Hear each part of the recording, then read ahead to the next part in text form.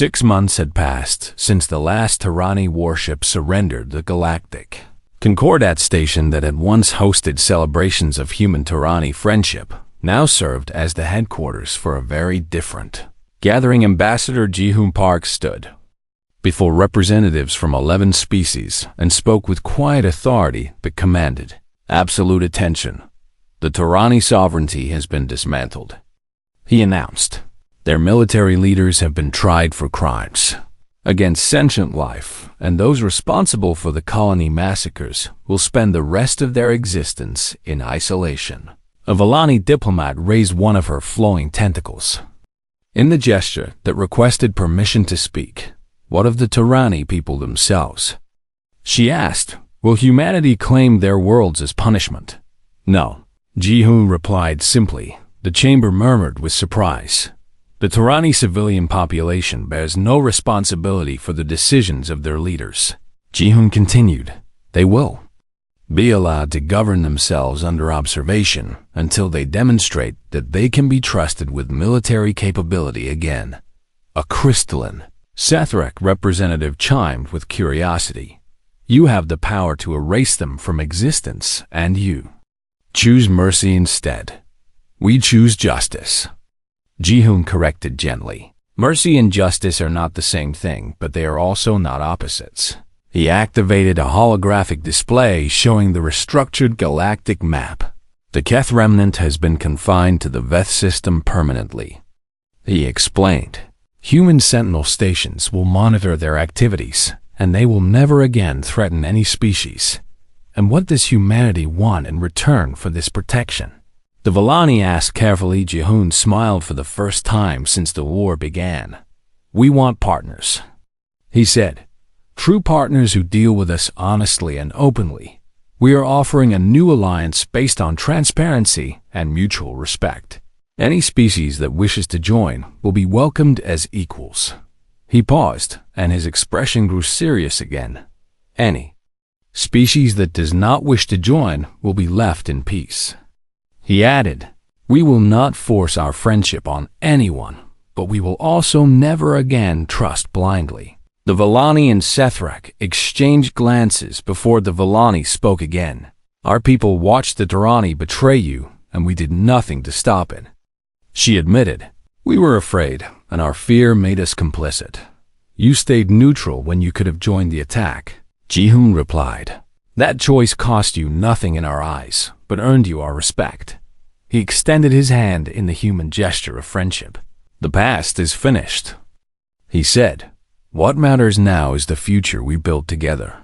The Valani took his hand with her tentacle, and the chamber erupted in surprised applause. Far from the diplomatic ceremonies, Admiral Yuna Seong stood alone on the surface of New Busan. The colony had been rebuilt in the months since the war. New structures rose from the ashes, and new families had begun to arrive to fill the empty streets with life again, but the memorial could never be replaced. A wall of black stone stretched for nearly a kilometer and bore the names of 4.2 million humans who had died trusting their friend. Yuna walked slowly along the wall and touched certain names with her fingertips. Children who had been born after the alliance began. Elders who remembered the Scourge War and believed the Tyranny were heroes. Families who had waved at the approaching ships without knowing those ships carried death.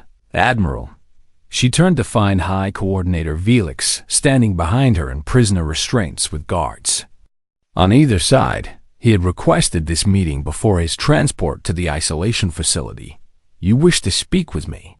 Yuna said. Felix looked at the memorial wall, and something like genuine pain crossed his gray features. I need to understand, he said quietly. You had the power to destroy us completely. Your weapons could have turned Felix Prime into a ash, and your fleets could have hunted every Tyranny to extinction. Yes, Yuna agreed. Then why did you not do it? Felix demanded. After what we did to your people, how could you show mercy? Yuna considered the question for a long moment before answering. My grandmother survived the Scourge War, she said. She told me stories about Tyranny soldiers who died protecting human children they had never met. She taught me that your species was capable of great courage and great kindness. She turned to face Vilix directly. Those soldiers were real, she continued. That kindness was real even if your government used it as a mask. We did not destroy your people, because your people are not all guilty. Vilix shook his head slowly. Any other species would have taken vengeance. We are not any other species. Yuna replied, We are human, and that means something. She stepped closer until she could see her reflection in his dark eyes. You asked why we showed mercy, she said. The answer is simple. We chose to remain what we are instead of becoming what you feared we would become. Vilix looked down at the ground. You are more dangerous than we ever imagined. He whispered. Yes, Yuna agreed, but not for the reasons you think. We are dangerous because even after everything we still chose to let you live.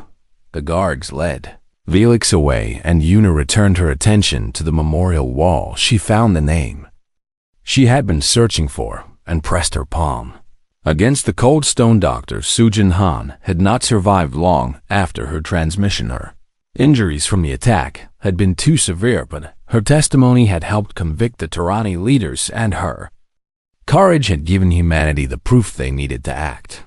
We kept our promise, Yuna whispered. We remembered what we are. On Earth, Premier Siambeek watched the new Defense Fleet patrol Saul's borders from her office window. The ships were 10 times more numerous than before the war and crewed by humans who understood that trust must be earned through actions and time. She opened her private journal and began to write. They called us dangerous because we could destroy them. She recorded. They were wrong. We are dangerous because even after everything we still chose to let them live.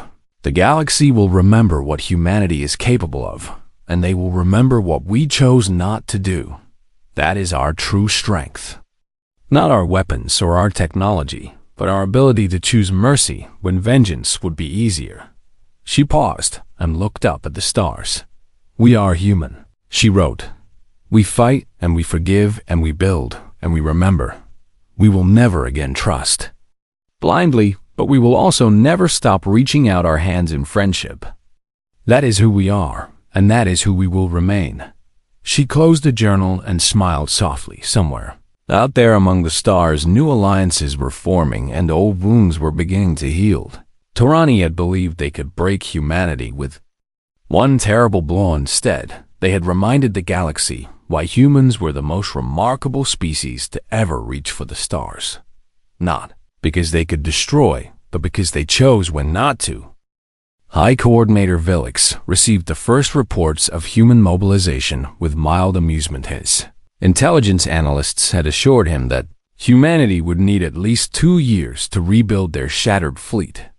They had planned for desperate negotiations and tearful pleas for mercy. They had prepared speeches about how humanity's place in the galaxy would be reduced but not eliminated if they simply accepted their fate quietly. What they had not planned for was the armada that dropped out of jump space above the Tyranny border world of Keth Prime. Exactly 14 days after the massacre, Admiral Yuna Seong stood on the bridge of the UES Grandmother's Promise and watched the Tyranny Defense Fleet scramble to meet them. Her new flagship was 3 times larger than any vessel she had commanded before it, carried weapons that could crack planets and shields that could withstand the sun behind. Her flew 280 ships of similar power, along with support vessels and troop carriers that stretched across the stars like an angry river of steel. Admiral Captain Moran Cho reported from her station. The Tyranny are demanding to know our intentions. Tell them we are here to discuss terms. Yuna replied with ice in her voice, then launched the first wave. Human fighters poured from their carrier bays like silver hornets, and the Tyranny quickly discovered that their weapons could barely scratch the new alloy armor. Their targeting systems struggled to track vessels that moved faster than their computers could calculate. Their communications became garbled as human electronic warfare platforms filled every frequency with noise and confusion. The first battle of the border Lost at exactly 43 minutes when it ended, the Turani defense fleet had ceased to exist, and not a single human ship had been lost. General Taeyong Kwan led the second prong of the attack against the Keth remnant staging grounds. The insectoid species had believed themselves safe in their hidden bases deep within the asteroid fields of the outer darkness. They discovered otherwise when human hunter-killer squadrons appeared from directions their sensors said were impossible. The Keth fought with their usual savage ferocity, but their weapons seemed to pass through human shields like light through glass. Their hive ships broke apart under concentrated fire that burned hotter than the cores of stars. They are attempting to flee toward the galactic rim, reported Taihen's tactical officer. No, the general replied firmly. Cut them off and push them back. They do not get to escape the consequences of their choices. On the Turani homeworld of Velix Prime, the population watched their orbital defense. GRID powered down one system at a time. No attack had struck them. No bombs had fallen. The system simply stopped working, as if someone had reached inside and turned off a switch. Dr. Yoonji Lim smiled grimly from her control station.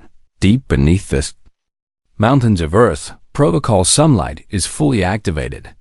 She reported to Premier Scion via quantum link. Every piece of technology we ever traded to the Concordat contains our access codes. The Premier nodded slowly. How much of their infrastructure can we disable? Everything that uses quantum processors or resonance crystals. Yoonji replied, which means their power grids, their communications, their transportation networks, and approximately 60% of their military hardware. Across Turani, space lights went dark and ships went silent, and a species that had considered itself the masters of the galaxy found themselves as helpless as newborns. Admiral Yuna brought her fleet to orbit above Velix Prime and looked down at the world that had ordered the deaths of 4.2 million humans. Admiral Moran said quietly, "We have located the detention facility where they are holding our people. The prisoners taken from New Bizin and the other colonies' children, stolen from their parents, families ripped apart to be studied like laboratory animals. Launch the Shrike team." Yuna ordered. "Captain Cho, you will lead them personally."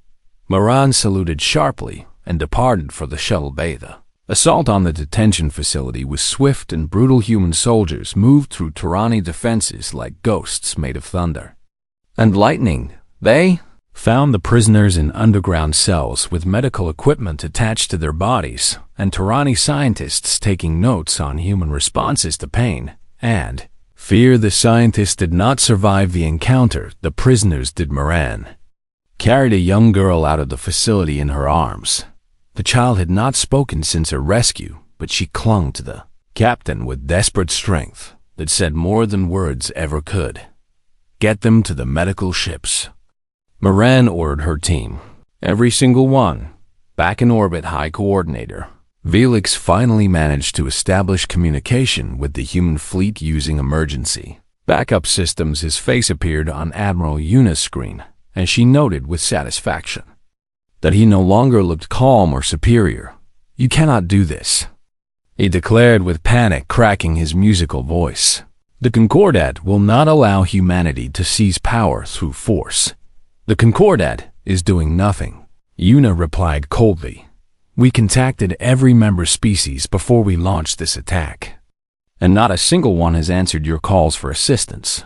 Velix's eyes widened. "They fear you. They should." Yuna agreed. "But more importantly, they remember how you treated them. Every species that ever called the Turani ally eventually suffered mysterious setbacks that weakened them permanently. And now they are watching humanity demonstrate exactly how we respond to betrayal." A new message arrived from General Taeyong. "Admiral, the Keth remnant fleet has been neutralized. Survivors are retreating to their final stronghold in the Veth system. Box them in." Yuna ordered. "They stay there until we decide what to do with them." She returned her attention to Velix. "Your military is destroyed. Your infrastructure is disabled. Your allies have abandoned you. And your homeworld is defenseless beneath my guns. The High Coordinator seemed to age a decade in the span of a breath. What do you want? He asked hoarsely. Premier Soyen's face appeared on a split screen beside Yuna. You forgot what we survived to reach the stars. The Premier said quietly. You forgot the wars we fought among ourselves for millennia. You forgot how we climbed out of our own ashes again and again. And you forgot that the species which fights itself as hard as we do will always be the most dangerous enemy in any conflict. She leaned forward. Now you will remember. Felix slumped in his chair as the full weight of his catastrophic miscalculation settled onto his shoulders. He had expected humans to weep and beg. Instead, they had prepared and waited and struck with a precision that made Tyranny military planning look like children playing with toys. The galaxy will not accept human dominance. He tried weakly. We are not interested in dominance, Soyen replied. We are interested in justice. She ended the transmission and left the High Coordinator alone on his powerless ship, while human vessels filled the sky above his world like stars, made of vengeance. The United Earth Assembly had never been so quiet. Premier Soyen Beak stood at the central podium and looked out at 500 representatives from every nation and colony in human space. Their faces showed shock and grief and a growing rage that filled the chamber like electricity before a storm. You have seen the evidence, Soyen said, and her voice carried clearly through the silence. The Tyranny sovereignty, our allies for 80 years, coordinated with the Keth remnant to murder 4.2 million of our citizens. A representative from the Asian coalition rose with tears on his face. My daughter lived on New Bizan, he said. She sent me a message the morning of the attack telling me about a new job at the agricultural center. His voice broke and he sat down heavily. We trusted them, a woman from the European Federation shouted.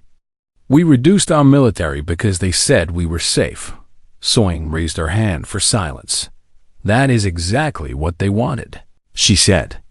The Concordat limited our fleet sizes as a condition of membership, and we agreed, because we believed ourselves among friends. General Tang Quan stepped forward from his position beside the Premier. He was a stocky man with gray hair and eyes that had seen too many battles. Our current military strength is approximately 40% of what we could have built over the past 80 years, he reported. The Tyranny knew this when they planned their attack. Then we are helpless, someone cried from the back of the chamber. No, said a new voice. Dr. Yoonji Lim walked onto the stage with a datapad clutched. In her thin hands she was small and unassuming with wire-framed glasses that made her look more like a librarian than the head of humanity's most classified research program. 32 years ago, my predecessor, Dr. Kyung Hwan, recognized a troubling pattern. She began. Every species that ever allied with the Tyranny eventually suffered a catastrophic setback that weakened them permanently. The chamber murmured with confusion and interest. The Vellani lost their shipyard. Worlds to a mysterious plague, Yoonji continued. The Sethrak lost their mining colonies to supposed pirate attacks. And 3 other species simply vanished from the galactic stage entirely. What are you suggesting? Soyen asked. Dr. Kyung suspected that the Tyranny were systematically weakening their allies to maintain dominance. Yoonji explained. He proposed a classified program called the Prometheus Archive to prepare for the day they turned on us. She activated a holographic display and the representatives gasped at what they saw. Hidden shipyards carved into asteroids filled with warships twice the size of anything in the official human fleet weapons. Platforms disguised as mining stations throughout human space factories, producing technology that looked decades more advanced than standard Concordat equipment for 30 years. We have been quietly building, Yoonji said. Every piece of alien technology humanity ever received was reverse-engineered and improved in secret. Every trade secret was studied and enhanced. And every potential weakness in Concordat systems was identified and prepared for exploitation. General Tayan stepped forward with new fire in his eyes. "We have 300 capital ships in reserve," he announced. "Ships faster and more powerful than anything the Tyranni have ever seen. We have weapons that can disable their defense networks remotely. And we have enough soldiers and pilots to crew a fleet that will make the galaxy tremble." The chamber erupted in shocked exclamations, and desperate hope Premier Soin waited for quiet before speaking again. "There is more," she said. "Ambassador Ji-hoon has been reaching out to Concordat. Species who were coerced into supporting the attack against us." A communication screen activated to show the ambassadors. Tired but determined face. "The Villani and Sethrak have agreed to remain neutral in any conflict," Ji-hoon reported. "They are terrified of Tyranni retaliation, but they will not fight against us. Only neutral," a representative demanded. "After what the Tyranni did, they have their own people to protect," Ji-hoon replied patiently. "Neutrality is a significant gesture given the circumstances." Premier Soin nodded slowly. "Admiral Seong, you have seen our enemies up close," she said. "What is your assessment?" Admiral Yuna Seong rose from her seat with bandages still visible beneath her uniform from the battle at New Bizen. "They believe we are weak," she said simply. "They believe we will negotiate or surrender or beg for mercy, because that is what every other species has done." She paused and looked around the chamber at her fellow humans. "They do not understand what they have awakened," she continued. "They see our kindness and mistake it for weakness. They see our trust and mistake it for foolishness. And they see our patience and mistake it for fear." Her voice rose with each word. "They killed our children," she declared. "They burned our homes while smiling at our ambassadors. And they expect us to simply accept our new place beneath their boots." The chamber was absolutely silent. "They have made the worst mistake any species can make," Yuna finished. "They have given humanity a reason to stop being nice." Premier Soyan looked at General Tayan and then at Dr. Yoonji and finally at Admiral Yuna.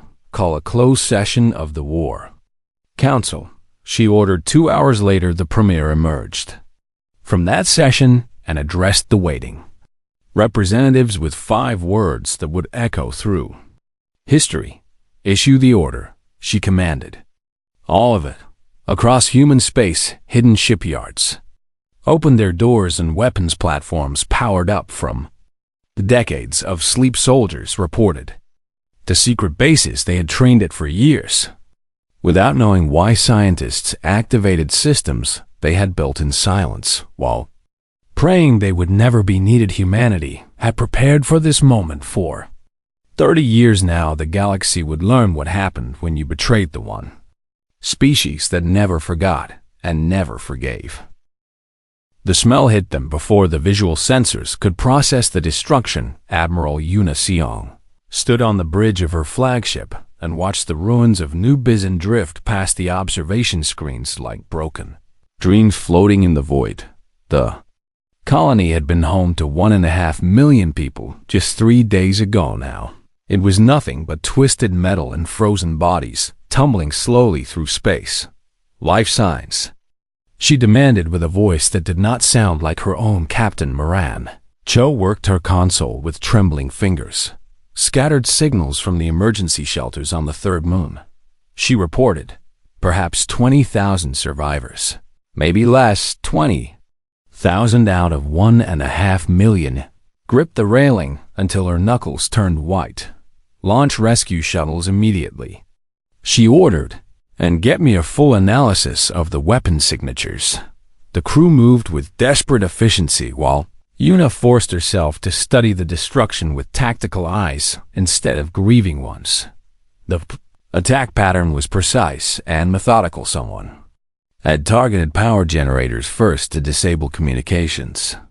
Then life support systems, then escape routes. This was not random violence.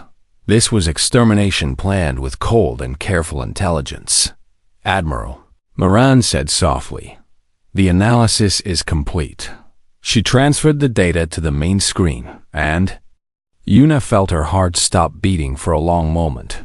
The weapon signatures were unmistakably Tyrannoplasma. Burns with their distinctive blue residue covered every piece of debris, and the energy patterns matched. Tyranni military vessels exactly. Check. It again. Yuna whispered, I have checked it 7 times. Moran replied with tears streaming down her face. It was them, Admiral. Our allies murdered our people. A junior officer called out from the communication station. Admiral, we are receiving a transmission. From the survivors on the moon, the screen flickered to life and showed a woman with blood on her face and terror in her eyes. This is Dr. Sujin Han of the New Bizen Medical Center. She said with a shaking voice, Please, you have to know what happened here. Tell me everything. Yuna said. Dr. Han took a shuddering breath before speaking. The Tyranni fleet arrived 2 days ago for what they called a joint military exercise. She explained. We welcomed them as we always have because they were our friends. Her voice cracked on the last word. They positioned their ships around the colony, and we thought nothing of it because we trusted them. She continued, then, without warning, they opened fire on everything. Were there any demands? Yuna asked, any communication before the attack? Nothing. Dr. Han said, one moment we were waving at their ships, and the next moment our children were dying. The transmission cut out briefly, and when it returned, the doctor looked even more haunted. They took prisoners. She whispered, hundreds of people, including children. They loaded them onto transport ships and jumped away before the destruction was complete. Yuna closed her eyes and felt rage building inside her chest like a star preparing to explode. Admiral, Moran said urgently, I am receiving reports from our scouts near Horizon's Edge and Starfall Station. The same. Yuna asked, though she already knew the answer. The same. Moran confirmed. Total destruction with Tyranni weapon signatures and evidence of coordinated timing across all 3 locations. The attacks had happened at exactly the same moment across 40 light years of space. Such precision required months of planning and positioning. This betrayal had been prepared while Tyranni. Diplomats smiled at human ambassadors and called them brothers. Get me Ambassador Ji-hoon on a secure channel. Yuna commanded. The ambassador's face appeared on the screen within minutes, and his expression told her that he already suspected what she was about to confirm. It was them, she said simply. The Tyranni killed 4.2 million of our people. In a coordinated attack, Ji-hoon nodded slowly. I have been conducting my own investigation. He said, High Coordinator Valix agreed to speak with me an hour ago. What did he say? He admitted everything.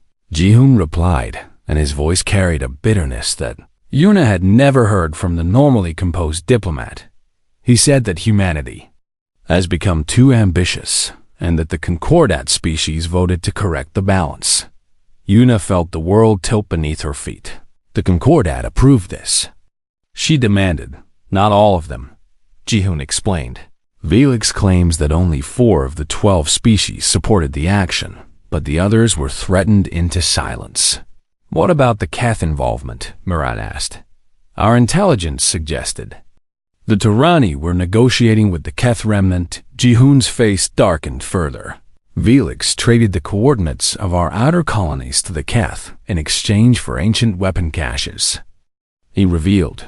The Keth were supposed to attack first and take the blame, but their fleet was delayed, so the Tyranni decided to proceed without them. They wanted to make it look like the Keth destroyed our colonies, Yuna realized with horror. Then they would have swooped in as saviors again. Exactly, Ji-hoon confirmed. When we discovered the truth too quickly, their plan fell apart. Warning alarms suddenly screamed across the bridge, and Moran shouted over the noise. Admiral, multiple contacts dropping out of jump space.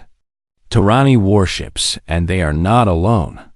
Una spun to face the tactical display and felt her stomach drop. A combined fleet of Tyranny and Keth vessels had appeared at the edge of the system, and they outnumbered her forces 3-1. All ships battle stations. She commanded immediately. Defensive formation around the rescue shuttles. Admiral, we cannot win this fight, Moran said desperately. I know, Una replied grimly, but we can buy time for the survivors to escape. The first Tyranny weapons fire streaked across the void, and Una watched her ships begin to burn. She thought of her grandmother, who had loved the Tyranny like family. She thought of the children Dr. Han had mentioned being taken as prisoners. She thought of 80 years of lies and smiles and friendship that meant nothing. All ships fighting retreat, she ordered through gritted teeth. Get our people out of here and make them pay for every meter of space. The battle was brief and brutal, and when it ended, Admiral Una Siang limped toward Earth with half her fleet destroyed, and a fire burning in her heart that would never go out behind her. The graves of 4.2 million humans drifted in silence while their murderers celebrated a victory that would prove to be their greatest mistake. The great hall of the Galactic Concordat Station glittered with light from 1,000 floating orbs, as representatives from 12 species gathered to celebrate what they called the greatest alliance in modern history. Admiral Una Siang stood near the observation window in her formal uniform and watched the stars beyond the glass with quiet pride in her eyes. 80 years had passed since the Tyranny first extended their hands to humanity, and in those 8 decades the two species had become closer than brothers. She remembered the stories her grandmother told her about the Scourge War, when the insectoid Keth swept through human space like a plague of metal and hunger Earths. Colonies burned one by one, and humanity faced extinction, until the Tyranny arrived with their mighty fleets and drove the Keth back into the darkness between stars. Since that day, humans and Tyranny had fought together and traded together and built a future together that seemed unbreakable. Ambassador Ji-hoon Park approached her with 2 glasses of Tyranny wine and handed one to the Admiral with a warm smile.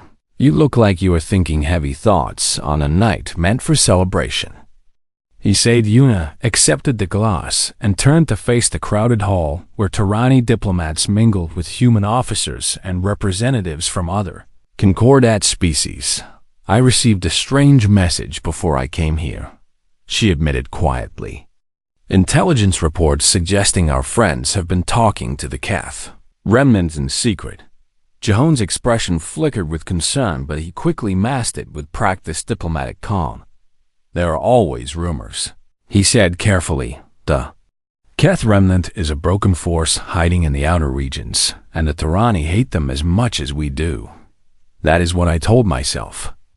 Una agreed. High Coordinator Velix approached them with his tall, slender form draped in ceremonial robes of deep purple and gold.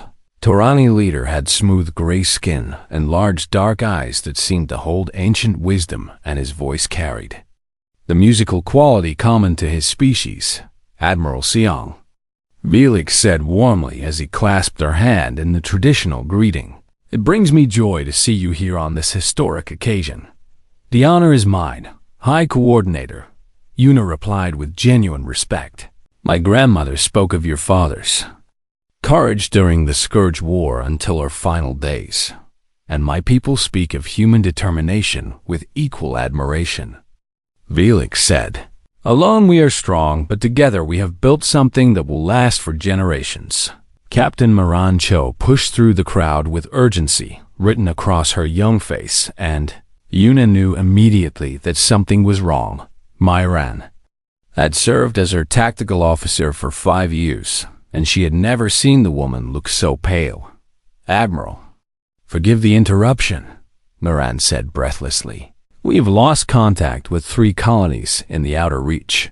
The music seemed to fade as Una processed those words. Which colonies? She demanded. New Bizen, Horizon's Edge, and Starfall Station. Moran answered. All three went dark within minutes of each other, and we cannot reach any of them. Jihan set down his wine glass with a sharp click against the table. That is not possible, he said. Those colonies are spread across 40 light years, and they have independent communication systems. High Coordinator Felix placed a comforting hand on Yuna's shoulder, and his dark eyes filled with concern. This is troubling news, he said softly. Perhaps a solar event or equipment failure across the network. 3 colonies at once, Yuna repeated, and something cold settled in her stomach. She had commanded fleets through a dozen battles, and she knew the difference between coincidence and coordination. Captain Cho, prepare my ship for immediate departure, she ordered. We leave within the hour. Felix nodded with understanding. Of course you must go, he said. I will dispatch Tarani vessels to assist in the search, and we will find the cause of this silence. Together, Yuna studied his face for any sign of deception, but she saw only the same friendship that had existed between their species for 80 years. She felt ashamed for even wondering. Thank you, old friend, she said. Ambassador Ji-hoon walked with her toward the docking bay, and his expression remained troubled. The intelligence report, he said quietly when they were alone. You should not dismiss it so easily. But Tarani saved us from extinction. Yuna reminded him. They have bled beside us in a dozen conflicts, and Felix himself lost 2 sons fighting pirates who threatened human trade routes. I know the history, Ji-hoon said, but I also know that alliances can change when circumstances change. Yuna stopped walking and faced him directly. What are you saying? Ambassador, Ji-hoon hesitated before speaking again. Humanity has grown strong in these 80 years, he said carefully. Our population has tripled, and our technology has advanced rapidly, and some species in the Concordat have begun to whisper that we are becoming too powerful. Whispers are not evidence. Yuna said firmly no. Ji-hoon agreed. But silence from 3 colonies might be. The Admiral resumed walking with faster steps, and her mind raced with possibilities she did not want to consider. Her grandmother had trusted the Tarani with her life, and that trust had been rewarded with salvation. How could she doubt them now based on rumors and coincidence? Captain Naran met them at the airlock with a datapad in her hands. Admiral, I have preliminary reports, she said. Long-range sensors detected energy signatures near the outer reach approximately 6 hours ago. What kind of signatures? Yuna asked. Moran's voice dropped to barely a whisper. Plasma weapons fire, Admiral. And the signatures do not match Keth technology. Yuna's blood turned to ice in her veins. Whose technology do they match? Myran could not meet her eyes. The analysis is not complete, she said. But initial readings suggest Tarani weapons. The words hung in the air like poison, and Yuna felt the foundation of everything she believed begin to crack beneath her feet. That is impossible, she said, but her voice lacked conviction. Ji-hoon placed a hand on her arm. Go to the colonies, he urged. Find the truth with your own eyes, and I will stay here to watch our allies very carefully. Yuna nodded slowly and stepped through the airlock into her ship. As the vessel pulled away from the Concordat station, she looked back at the glittering structure where Tarani and human flags flew side by side. 80 years of friendship, 80 years of trust. She prayed that Moran's analysis was wrong, because if it was right, then everything humanity believed about their place in the galaxy was about to shatter. The jump drive activated, and the stars stretched into lines of light as Admiral Yuna Seong raced toward a truth she was not ready to face. Behind her, the celebration continued, and High Coordinator Felix watched her ship disappear with something unreadable in his ancient dark eyes.